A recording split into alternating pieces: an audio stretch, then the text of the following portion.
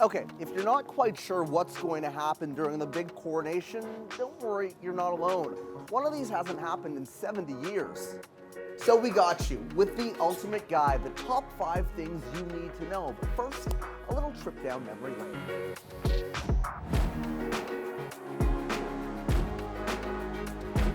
The Queen takes the jeweled sword, the sword of justice and mercy, and offers it at the altar.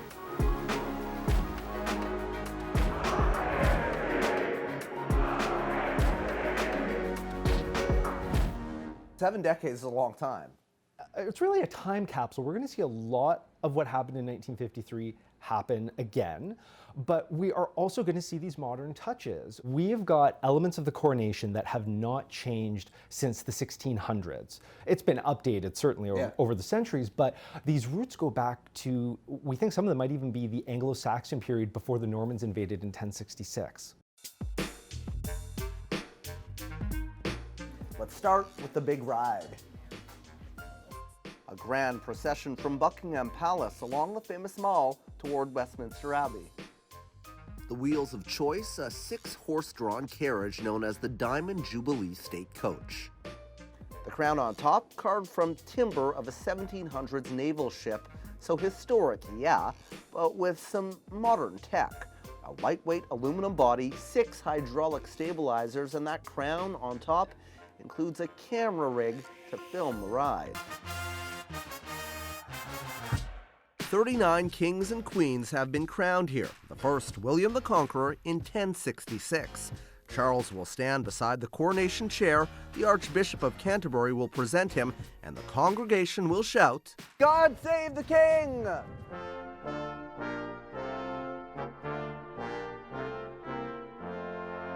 And then him and Camilla will be seated, and the Archbishop will ask Charles, "Is Your Majesty willing to take the oath?" What's the oath? So the oath is, will Your Majesty uphold the laws and customs of Great Britain, Canada, and then some of the other territories? Right. And he'll say, yes, I will. And then, will you agree to do law and justice and mercy? He says, yes, I will. And will you agree to uphold the laws and traditions of the Church of England? Yes, I will. So will Camilla be part of this part of the ceremony? She will have her own sort of mini coronation within the service. The anointing comes next. The king takes his seat. And this next part is delicate for a number of reasons. That chair, the coronation chair, is 700 years old and extremely fragile. It was carved around 1300 and described as one of the most precious pieces of furniture in the world. Once gently seated, Charles will be anointed with holy oil using the coronation spoon, the most ancient item of the ceremony. By the way, this is the most sacred part of the ceremony, but you're not going to see it because it's done in private. What's the most important part of the coronation? It's usually the anointing. That is the most personal moment for the monarchs, and that's the only moment that it's so sacred, it's not going to be shown. To be anointed is the ultimate sign of sort of God's approval, that you are being anointed for God's service.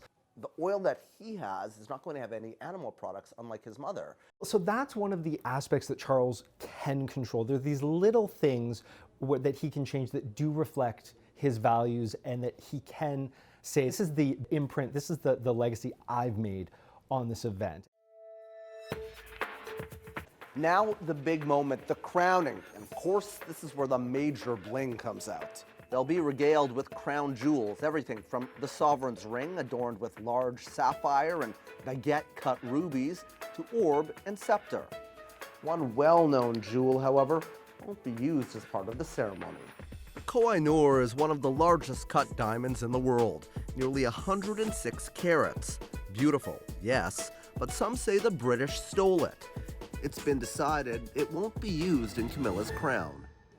Was an heirloom of Indian history for centuries. There is this question of, if it is so important to their history, why is it owned by Britain? Why is it kept by the British? And it raises this question, not just for Britain, but for all of these former imperial powers. Do imperial powers have claim to the history of their former colonies. How important is that in this moment that is kind of transition to have inclusion and representation in all of these events? Inclusion and representation is critical to the monarchy moving forward. It is not the British Empire anymore. Charles is the head of a commonwealth of nations where everyone is equal. And the majority of people, the majority of citizens who have him as their king are not white Europeans. One final bit of pomp and circumstance, an homage to the new king. Ever heard of that saying, kiss the ring? Charles sits on his literal throne, and then high-ranking officials one by one place their hands on his knee, swear allegiance to him, touch the crown, and kiss his right hand. What are the optics of all of this? Well, I mean, it's all symbolic. I think most people acknowledge the fact that no one is taking it as a literal oath of obedience and swearing allegiance per se. But I think the palace is aware that the optics are a bit fishy, would be the delicate way to put it. There are so many considerations to make with all of these little details. There are, and we live in a more diverse world. We live in a world that is more connected than it has ever been. We've never had a coronation subjected to this level of global scrutiny. So, all done? Not quite yet. There's the trip back home, a quick wardrobe change for the king to put on the imperial state crown, and a new ride. The Gold State Coach, 8,000 pounds and pulled by 8 Windsor Greys. No stabilizers like ride number 1, so it's a bit bumpy and it goes slow, like real slow. But a chance for onlookers to get a proper glimpse. This is now his time, and I think we will see a more accessible monarchy.